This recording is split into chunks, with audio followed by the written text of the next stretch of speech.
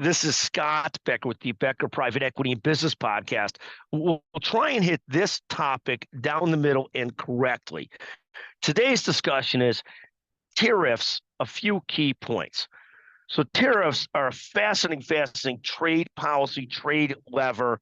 They're often used to put tariffs or special taxes on goods coming in from out of the country into the country in an effort to make it more attractive for Americans to buy American products.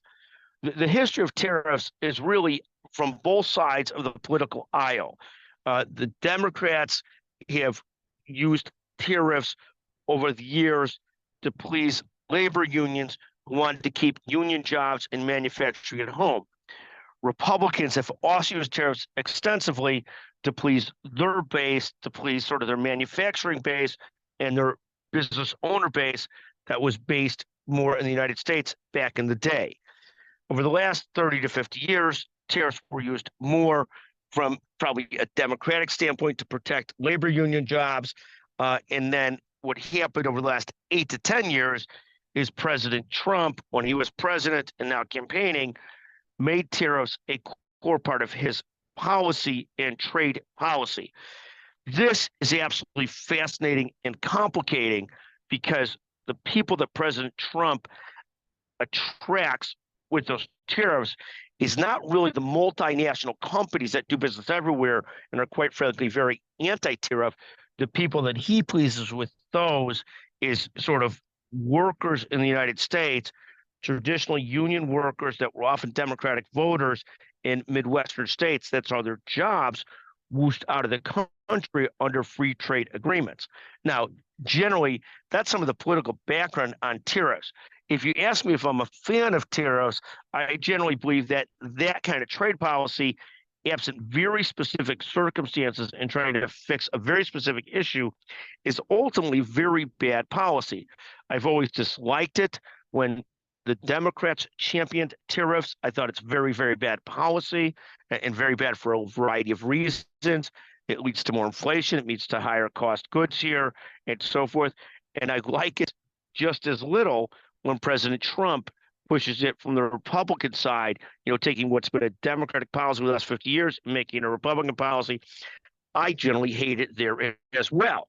And so do I think there's a place for tariffs? Yes. If we're competing against a country that's using child labor, that is polluting the heck out of the environment, and we're holding our companies here to one set of standards, and they're holding their companies there to a different set of standards in terms of child labor or in terms of, pollution or other things that just naturally impose cost on our companies and our labor force and aren't imposed there, that I think there is a basis for tariffs. There's also certain other places when people are using monopolistic tactics to gain market share here by dumping goods at below cost to try and pick up market share, then again, that might be a good reason for tariffs. But my own perspective on tariffs is whether in the old days as a Democratic tool to police labor unions or as a tool by President Trump to pick up Midwest labor votes, I think tariffs ultimately are a policy that should be used extremely sparingly. I think it's a very bad policy, and absent very specific circumstances, with the over-reliance on tariffs is a very bad idea. Now, do I think that the concept on the Democratic side of raising the heck out of corporate tax rates to make corporate America less competitive here is a good idea? I absolutely don't. I think that's also a horrible idea. So I guess at the end of the day, tariffs generally bad, raising corporate tax rates generally bad. Both sides of the aisle generally, we need a little bit more Milton Friedman and deficit control and other things in our country today. We don't need this ridiculousness from either President Trump or candidate Harris, either of which seem to have horrendous economic credentials and policies. Thank you for listening to the Becker Private Equity and Business Podcast. I hope I didn't offend anybody too much. And I hope if I offended people, I offended everybody.